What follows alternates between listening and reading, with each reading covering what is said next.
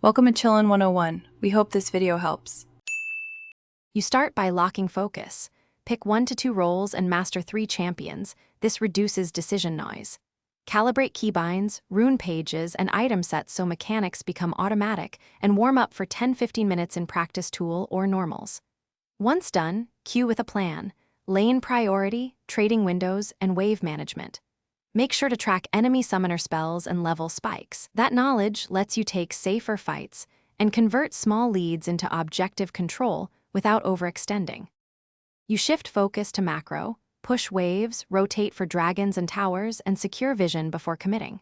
When grouped, use pings and short calls. This prevents tilt and splits responsibility.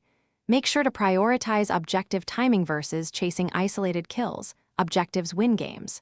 Track CS and item spikes. Aim for 7-9 CS per minute and note enemy jungler timers to avoid collapses. Once a lead opens, convert it into torn structures or Baron pressure. While keeping vision, you finish by forcing high-value plays. Secure Baron or Dragon, then siege with wards and angles. Avoid flashing forward alone.